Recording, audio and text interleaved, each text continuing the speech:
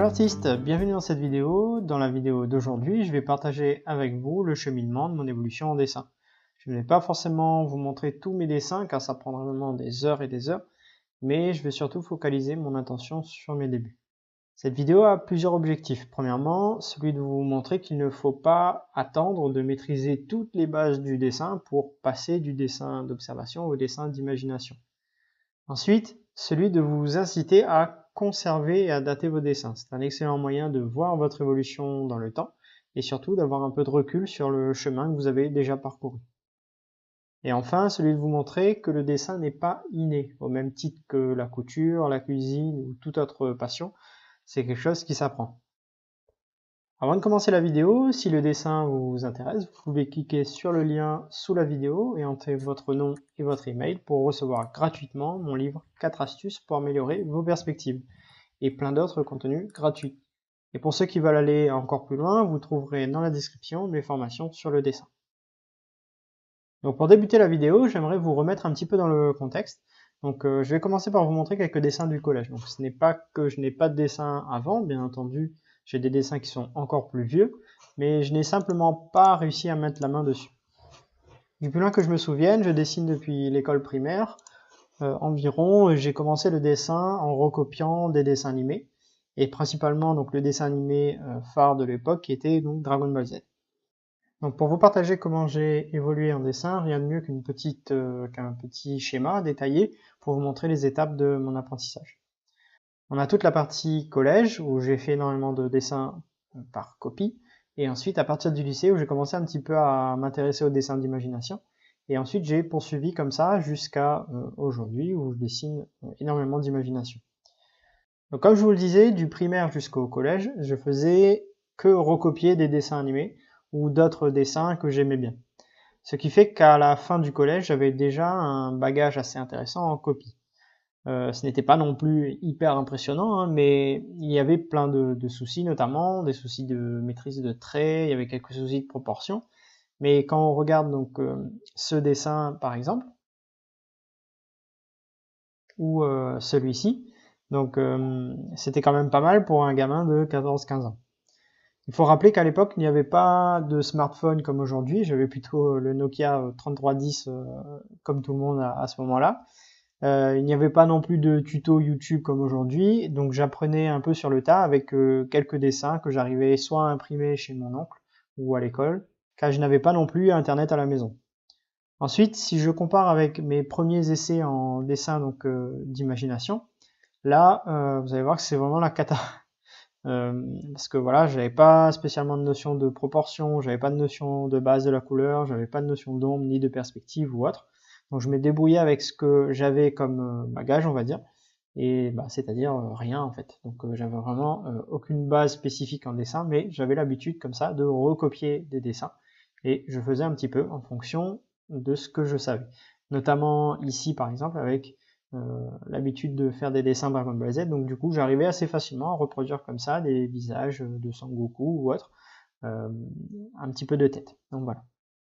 Donc si je reviens un petit peu sur le schéma qu'on a vu tout à l'heure, en bleu, en fait là c'est le moment où je suis entré au lycée art appliqué, et là c'était en fait un peu l'explosion en termes d'apprentissage. C'est-à-dire à partir de là, j'ai dessiné quasiment tous les jours et surtout exclusivement d'imagination.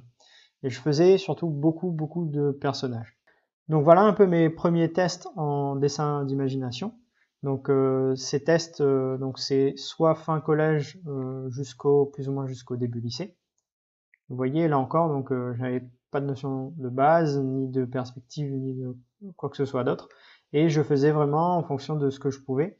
Et j'avais donc des dessins qui étaient assez plats, mais j'essayais comme ça de respecter un petit peu ce que j'avais l'habitude de dessiner, notamment en proportion par rapport au dessin de Dragon Ball Z par exemple. Donc j'essayais comme ça de respecter un petit peu ce que j'avais appris à force de recopier les choses. Voilà, donc au lycée en fait on avait des cours de modèles vivants et on faisait donc plein de croquis pour nos planches de présentation, ce qui fait que j'ai énormément progressé en anatomie notamment, enfin pas vraiment en anatomie mais plutôt en proportion du corps humain. Ce qui fait que pour l'époque, je trouve que je me débrouillais quand même pas trop mal. Et donc j'avais aussi énormément appris sur la mise en volume en dessin, donc au lycée, donc j'ai énormément expérimenté. Ce qui fait que voilà, je n'avais pas non plus de cours spécifiques sur la volumétrie ou les proportions humaines, mais c'était plutôt une sorte d'adaptation assez longue et progressive à force de dessiner et d'expérimenter les choses. Donc voilà quelques autres exemples de dessins. Vous voyez qu'on j'avais comme ça fait quelques petites recherches en termes de rendu de volumétrie au niveau des habits, au niveau des armures que je dessinais sur les personnages, etc., etc. Puis j'ai commencé à dessiner des décors et j'ai essayé comme ça d'intégrer des personnages dans un décor. Je trouvais ça vraiment incroyable de pouvoir essayer de mixer les deux. Donc je n'avais toujours pas de notion de perspective, du coup c'était assez ambigu car j'arrivais à donner des impressions de volume par endroit, comme ici par exemple au niveau de la toiture ou de la petite boîte qui est en avant. Mais comme je ne connaissais pas forcément de base de la perspective, alors ça restait assez plat, que ce soit en ombre et en lumière en termes de dessin. Voici un autre exemple où on a ici à gauche une belle impression de volume, mais on voit que la cabane au fond reste assez plat. On a des petites impressions de volume au niveau de l'ouverture de la petite fenêtre, la porte, un petit peu de la toiture aussi. Même chose au niveau du drapeau en haut, mais on voit que la cabane en elle-même reste relativement plat. Et là ensuite, j'arrivais à donner des belles impressions de volume sur les personnages, d'accord? Donc je commençais un petit peu à me débrouiller, et on voit que le décor qui est au fond reste relativement plat et que la perspective n'est pas bien réalisée. Mais l'avantage avec toutes ces expérimentations, c'est que je m'amusais et que j'apprenais plein de choses en même temps, et surtout de manière inconsciente, car j'apprenais en vérité à dessiner en volume.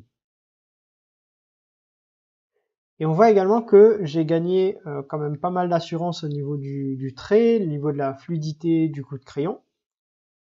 Une remarque importante aussi, c'est que je ne savais pas forcément dessiner les yeux autrement qu'à la manière de Dragon Ball Z, donc les yeux bien carrés et bien de face. Et forcément, pour dessiner les visages féminins, bah, ça ne fonctionnait pas très bien.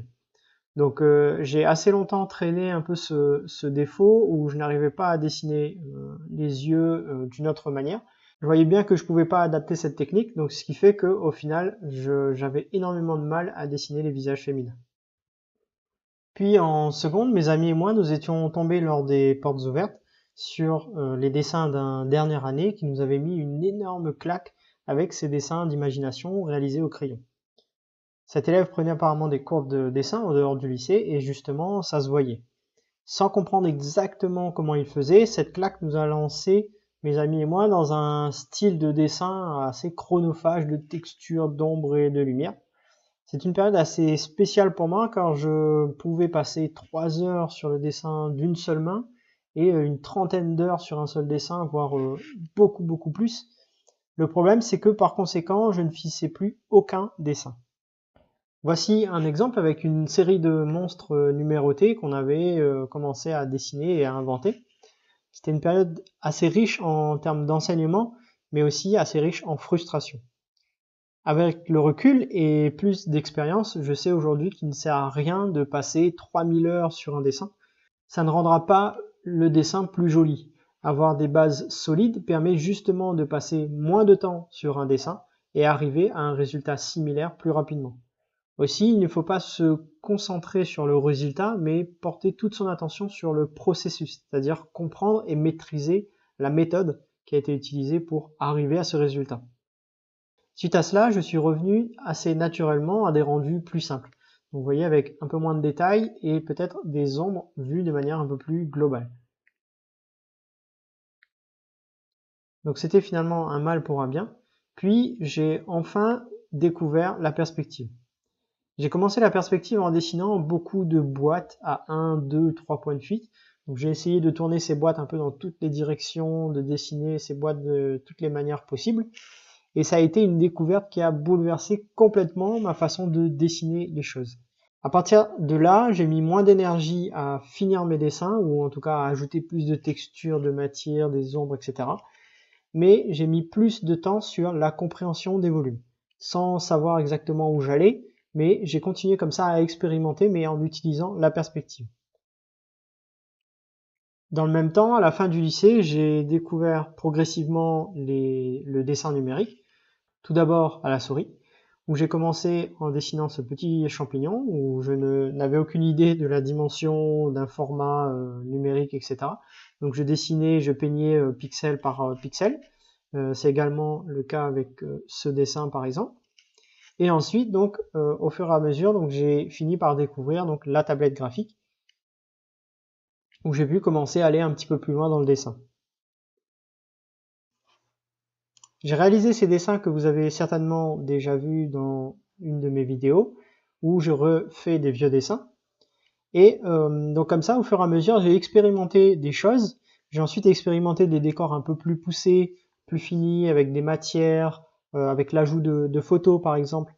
Et voilà, donc, et j'ai continué comme ça à essayer de progresser à mon rythme, toujours en dessinant énormément, que ce soit en numérique ou en continuant à dessiner à côté dans les carnets ou sur des feuilles volantes. D'accord? Ensuite, j'ai réalisé aussi quelques dessins pour un jeu de rôle amateur. C'était une superbe expérience car je jonglais comme ça entre dessin de personnages, dessin de décors. Je pouvais également justement intégrer des personnages dans des décors. Donc voilà, c'était une expérience très enrichissante. Je suis aussi parfois revenu sur des dessins un peu plus traditionnels, comme on voit ici au crayon. Bref, donc voilà, j'ai beaucoup dessiné durant mes études d'archi, malgré le manque de temps. Et voilà, j'ai eu parfois un peu de mal à combiner les deux. Donc je faisais également un peu de dessin pour les études. Donc voilà, donc j'ai continué à progresser comme ça, mais on va dire que ma progression a été un petit peu plus longue à partir de ce moment-là. Ensuite, donc vous connaissez l'histoire. En 2007, j'ai ouvert mon site, ma chaîne YouTube, etc. Et c'est à ce moment-là où j'ai surtout le plus appris, surtout au niveau des bases du dessin. Je suis revenu un petit peu à l'essentiel et justement en vous montrant des choses, en essayant de partager des choses avec vous, j'ai pu comme ça mettre plus d'attention sur les bases même du dessin. Donc voilà, donc j'ai énormément survolé la fin de mon évolution en dessin, mais j'essaye de vous montrer l'ensemble pour vous expliquer plusieurs choses importantes. Donc premièrement, malgré tout le contenu qu'on trouve aujourd'hui assez facilement sur internet, je croise encore beaucoup de personnes qui n'osent pas se lancer dans le dessin d'imagination. À l'époque, j'étais certainement moins bien armé que vous pour réussir en dessin d'imagination. Il n'y avait pas de tuto comme aujourd'hui, je n'avais pas forcément accès à internet. Nos professeurs suivaient le programme et je n'avais pas forcément eu de cours ciblés sur les volumes, la lumière, la perspective ou autre. Et ça ne m'a pas empêché d'apprendre le dessin d'imagination. Donc lancez-vous et vous serez surpris des progrès assez rapides que vous allez faire par la suite. De plus, avec tout ce qu'on trouve aujourd'hui sur le net, vous partez avec un avantage qui est certain. Ensuite, ne vous focalisez pas trop sur les détails. La perfection en dessin n'existe pas. On est des artistes, on n'est pas des photocopieurs sur pattes ou des ingénieurs en perspective parfaite. Alors relâchez un petit peu la bride et amusez-vous avec vos dessins. Aussi, passer 150 heures sur un dessin au lieu de 2 heures ne le rendra pas forcément plus beau ou mieux réussi. La réussite tient dans le fait que vos fondations sont solides. Concentrez-vous davantage sur le processus que sur le résultat final, surtout si vous débutez. Dernier point important, formez-vous et surtout, formez-vous auprès de gens qui maîtrisent leur sujet. J'ai à peu près 23 ans de dessin à mon actif. J'ai eu la chance d'avoir quelques notions de dessin tout au long de cette période. Mais si on m'avait appris les bonnes bases dès le collège, j'aurais été certainement au même niveau qu'aujourd'hui, mais il y a 10 ans. Avec les bonnes bases, vous pouvez vous améliorer très très vite. Et voilà artistes, c'est la fin de cette vidéo. Dites-moi en commentaire comment s'est passée votre évolution à vous et quels sont vos objectifs pour continuer à vous améliorer en dessin. Si la vidéo vous a plu, n'oubliez pas de mettre un like et de vous abonner à la chaîne. C'était Greg, je vous dis à la prochaine et surtout bon dessin.